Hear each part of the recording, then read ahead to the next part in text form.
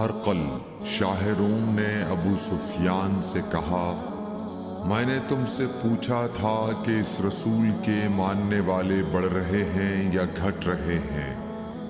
تو نے جواب میں بتلایا کہ وہ بڑھ رہے ہیں۔ ٹھیک ہے، ایمان کا یہی حال رہتا ہے یہاں تک کہ وہ پورا ہو جائے۔ اور میں نے تجھ سے پوچھا تھا کہ کوئی اس کے دین میں آ کر پھر اس کو برا جان کر پھر جاتا ہے؟ تو نے کہا نہیں۔ اور ایمان کا یہی حال ہے، جب اس کی خوشی دل میں سما جاتی ہے تو پھر اس کو کوئی برا نہیں سمجھ سکتا۔ حضور اکرم صلی اللہ علیہ وسلم فرماتے تھے، حلال کھلا ہوا ہے اور حرام بھی کھلا ہوا ہے، اور ان دونوں کے درمیان بعض چیزیں شبہ کی ہیں جن کو بہت لوگ نہیں جانتے کہ حلال ہیں یا حرام۔ پھر جو کوئی شبہ کی چیزوں سے بھی بچ گیا اس نے اپنے دین اور عزت کو بچا لیا، اور جو کوئی ان شبہ کی چیزوں میں پڑ گیا اس کی مثال اس چرواہے کی ہے جو شاہی محفوظ چراگاہ کے آس پاس اپنے جانوروں کو چرائے۔ وہ قریب ہے کہ کبھی اس چراگاہ کے اندر گھس جائے اور شاہی مجرم قرار پائے۔ سن لو، ہر بادشاہ کی ایک چراگاہ ہوتی ہے۔ اللہ کی چراگاہ اس کی زمین پر حرام چیزیں ہیں، پس ان سے بچو۔ اور سن لو، بدن میں ایک گوشت کا ٹکڑا ہے، جب وہ درست ہوگا سارا بدن درست ہوگا، اور جہاں بگڑا سارا بدن بگڑ گیا۔ سن لو، وہ ٹکڑا آدمی کا دل ہے۔ عبد القیس کا وفد جب حضرت صلی اللہ علیہ وسلم کے پاس آیا تو آپ نے پوچھا کہ یہ کون سی قوم کے لوگ ہیں یا یہ وفد کہاں کا ہے؟ انہوں نے کہا کہ ربیعہ خاندان کے لوگ ہیں۔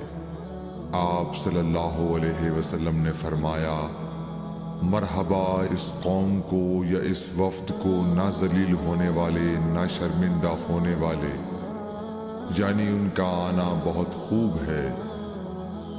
وہ کہنے لگے، اے اللہ کے رسول صلی اللہ علیہ وسلم، ہم آپ کی خدمت میں صرف ان حرمت والے مہینوں میں آ سکتے ہیں، کیونکہ ہمارے اور آپ کے درمیان مضر کے کافروں کا قبیلہ آباد ہے۔ پس آپ ہم کو ایک ایسی قطعی بات بتلا دیجئے جس کی خبر ہم اپنے پچھلے لوگوں کو بھی کر دیں جو یہاں نہیں آئے، اور اس پر عمل درآمد کر کے ہم جنت میں داخل ہو جائیں۔ اور انہوں نے آپ سے اپنے برتنوں کے بارے میں بھی پوچھا۔ آپ صلی اللہ علیہ وسلم نے ان کو 4 باتوں کا حکم اور 4 قسم کے برتنوں کو استعمال میں لانے سے منع فرمایا۔ ان کو حکم دیا کہ ایک اکیلے خدا پر ایمان لاؤ۔ پھر آپ صلی اللہ علیہ وسلم نے پوچھا کہ جانتے ہو ایک اکیلے اللہ پر ایمان لانے کا مطلب کیا ہے؟ انہوں نے کہا کہ اللہ اور اس کے رسول ہی کو معلوم ہے۔ آپ نے فرمایا کہ اس بات کی گواہی دینا کہ اللہ کے سوا کوئی معبود نہیں، اور یہ حضرت محمد صلی اللہ علیہ وسلم اس کے سچے رسول ہیں، اور نماز قائم کرنا اور زکوٰۃ ادا کرنا اور رمضان کے روزے رکھنا، اور مال غنیمت سے جو ملے اس کا 5واں حصہ مسلمانوں کے بیت المال میں داخل کرنا، اور 4 برتنوں کے استعمال سے آپ صلی اللہ علیہ وسلم نے ان کو منع فرمایا، سبز لاکھی مرتبان سے، اور کدو کے بنائے ہوئے برتن سے، لکڑی کے کھودے ہوئے برتن سے، اور روغنی برتن سے، اور فرمایا کہ ان باتوں کو حفظ کر لو اور ان لوگوں کو بھی بتلا دینا جو تم سے پیچھے ہیں اور یہاں نہیں آئے ہیں۔ حضرت صلی اللہ علیہ وسلم نے فرمایا، عمل نیت ہی سے صحیح ہوتے ہیں یا نیت ہی کے مطابق ان کو بدلہ ملتا ہے، اور ہر آدمی کو وہی ملے گا جو نیت کرے گا۔ بس جو کوئی اللہ اور اس کے رسول کی رضا کے لیے ہجرت کرے اور اس کی ہجرت اللہ اور اس کے رسول کی طرف ہوگی، اور جو کوئی دنیا کمانے کے لیے یا کسی عورت سے شادی کرنے کے لیے ہجرت کرے گا تو اس کی ہجرت انہی کاموں کے لیے ہوگی۔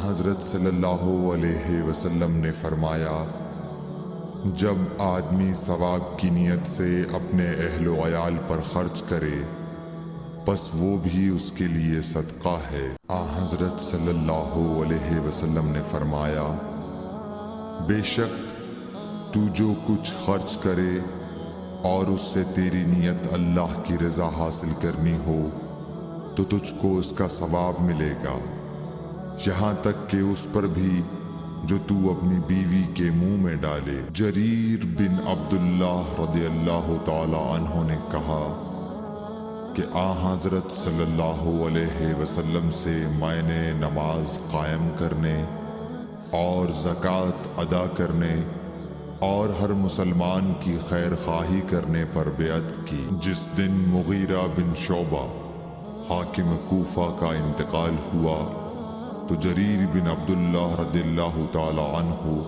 خطبے کے لیے کھڑے ہوئے اور اللہ کی تعریف اور خوبی بیان کی اور کہا، تم کو اکیلے اللہ کا ڈر رکھنا چاہیے، اس کا کوئی شریک نہیں، اور تحمل اور اطمینان سے رہنا چاہیے اس وقت تک کہ کوئی دوسرا حاکم تمہارے اوپر آئے، اور وہ ابھی آنے والا ہے۔ پھر فرمایا کہ اپنے مرنے والے حاکم کے لیے دعائے مغفرت کرو، کیونکہ وہ مغیرہ بھی معافی کو پسند کرتا تھا۔ پھر کہا کہ اس کے بعد تم کو معلوم ہونا چاہیے کہ میں ایک دفعہ حضرت صلی اللہ علیہ وسلم کے پاس آیا اور میں نے عرض کیا کہ میں آپ سے اسلام پر بیعت کرتا ہوں۔ آپ نے مجھ سے ہر مسلمان کی خیر خواہی کے لیے شرط کی، بس میں نے اس شرط پر آپ سے بیعت کر لی۔ بس اس مسجد کے رب کی قسم کہ میں تمہارا خیر خواہ ہوں۔ پھر استغفار کیا اور ممبر سے اتر آئے۔ ایک بار حضرت صلی اللہ علیہ وسلم لوگوں میں بیٹھے ہوئے ان سے باتیں کر رہے تھے، اتنے میں ایک دیہاتی آپ کے پاس آیا اور پوچھنے لگا کہ قیامت کب آئے گی؟ آپ صلی اللہ علیہ وسلم اپنی گفتگو میں مصروف رہے۔ بعض لوگ جو مجلس میں تھے کہنے لگے، آپ صلی اللہ علیہ وسلم نے دیہاتی کی بات سنی لیکن پسند نہیں کی، اور بعض کہنے لگے کہ نہیں، بلکہ آپ نے اس کی بات سنی ہی نہیں۔ جب آپ اپنی باتیں پوری کر چکے تو میں سمجھتا ہوں کہ آپ صلی اللہ علیہ وسلم نے یوں فرمایا، وہ قیامت کے بارے میں پوچھنے والا کہاں گیا؟ اس دیہاتی نے کہا، حضور میں موجود ہوں۔ آپ نے فرمایا کہ جب امانت ایمانداری دنیا سے اٹھ جائے تو قیامت قائم ہونے کا انتظار کر۔ اس نے کہا، ایمانداری اٹھنے کا کیا مطلب ہے؟ آپ صلی اللہ علیہ وسلم نے فرمایا کہ جب حکومت کے کاروبار نالائق لوگوں کو سونپ دیے جائیں تو قیامت کا انتظار کر۔ عبداللہ بن عمر نے کہا کہ ایک سفر میں جو ہم نے کیا تھا، حضرت صلی اللہ علیہ وسلم ہم سے پیچھے رہ گئے، اور آپ صلی اللہ علیہ وسلم ہم سے اس وقت ملے جب عصر کی نماز کا وقت آن پہنچا تھا۔ ہم جلدی جلدی وضو کر رہے تھے، بس پاؤں کو خوب دھونے کے بدل ہم یوں ہی سا دھو رہے تھے۔